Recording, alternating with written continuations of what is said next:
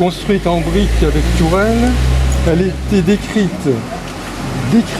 dans un acte de 1479, donc elle existait auparavant, par lequel Jean d'Ivory la vendit à un seigneur picard, Racé de Vignacourt, d'où le nom, lequel offrit à Isabelle d'Auboncourt, en récompense de ses amours, douceur, plaisir et courtoisie espérée. Ici, je vous en citerai quelques autres anecdotes. Les femmes, cette maison forte située en plein centre de la ville est actuellement occupée d'un style original avec sa tour montée sur un contrefort et ses différents niveaux de bâtiments, comme vous pouvez voir. Elle possède un bâtiment avec toit à la mansarde percé de meurtrières carrées. Donc sans situation dans l'enceinte du bourg, la préserva des guerres. Elle est située juste en bas de l'impressionnante falaise calcaire qui jadis portait une forteresse, possession des côtes des châteaux porciens, donc le château qu'on verra tout à l'heure. Donc Château-Porcien était un pays de vignobles, bien connu, plus les autres villages en aval. Tout le long de l'Aisne, toute cette côte était exposée au sud et bien plantée de vignes. Et on a compté jusqu'à au moins 100 hectares de vignes sur le secteur. Actuellement, on dit qu'en rassemblant toutes les parcelles, il y aura à peu près 1 hectare. Philippe de Croix, reconstruction du château. En 1511, construction de la grosse tour, la double enceinte, mur et fossé. Donc il doit y avoir deux... Et apparemment, je te coupe la parole, apparemment ça existait depuis bien plus longtemps que ce bah château aussi. Oui, mais presque comme des Gaulois, ou je sais pas de... il y a toujours eu quelque chose ici. Ah oui, il y a toujours eu. Mais bien sûr. Elle a été détruite en 1500. Oui, il y a eu plusieurs... Elle a été détruite complètement en 1500. Par l'orage, comme une tempête. Bon, j'ai vu qu'il avait été habité jusqu'en 1608, mais j'ai mis un point d'interrogation. Il y a eu des gros dégâts pendant et après la Fronde des Princes, donc sous Jeanne Louis XIII et Mazarin, donc entre 1648 et 1653. Et alors ce que j'ai vu aussi, c'est que Turenne, qu'on connaît bien quand même dans l'histoire, attaque Château-Porcien, mais avec les Espagnols. À ce moment-là, à la Fronde, Condé et Turenne s'étaient liés aux Espagnols. Et Turenne a été battu à plat de couture lors de la bataille de Rethel.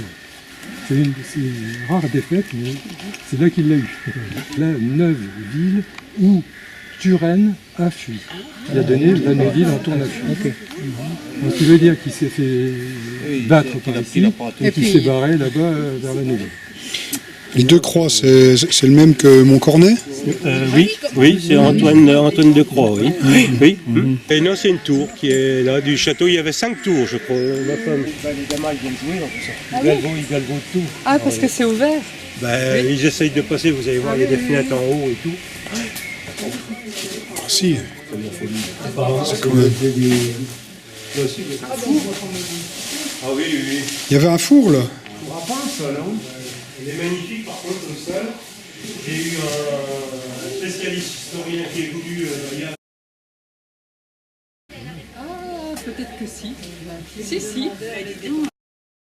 Et les propriétaires très accueillants. Et la partie qui a été fouillée par Bernard Lambeau, c'est le fanum qu'ils appellent là, c'est ce grand champ ici. Et il y a une petite pancarte, vous pourrez jeter un œil, qui rappelle que les fouilles ont été faites sur ce secteur. Donc là j'ai amené une photo aérienne qui montre le champ ici avec les rues que l'on aperçoit qui se croisaient là. Et là sur la structure un peu plus basse, on voit aussi des formations qui rappellent l'occupation de ce...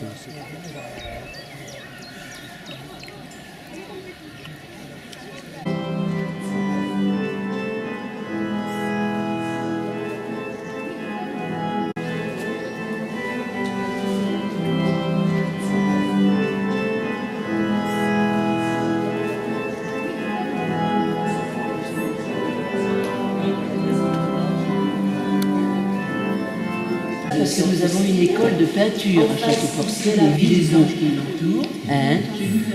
Alors il y a Nicolas déjà, 1680 par là, et puis son neveu après Jacques, et après la relève en 1730, autour de 1730. Ce sont des gens qui ont fait des études des beaux-arts et qui sont allés avec des maîtres à Paris. Et il y a beaucoup d'œuvres, de leurs œuvres religieuses qui sont dans la Marne, dans l'Aisne et dans les Ardennes. Alors ici, nous en avons encore un qui reste, c'est le Saint-Éloi qui est ici là. Il est dans un triste état, les plantes vertes ne doivent pas trop l'arranger non plus. Mais enfin, nous avons encore un Saint-Éloi de Nicolas Vigo. Et on met le lutrin, on met l'évangile, l'évangéliaire sur le lutrin. Voilà.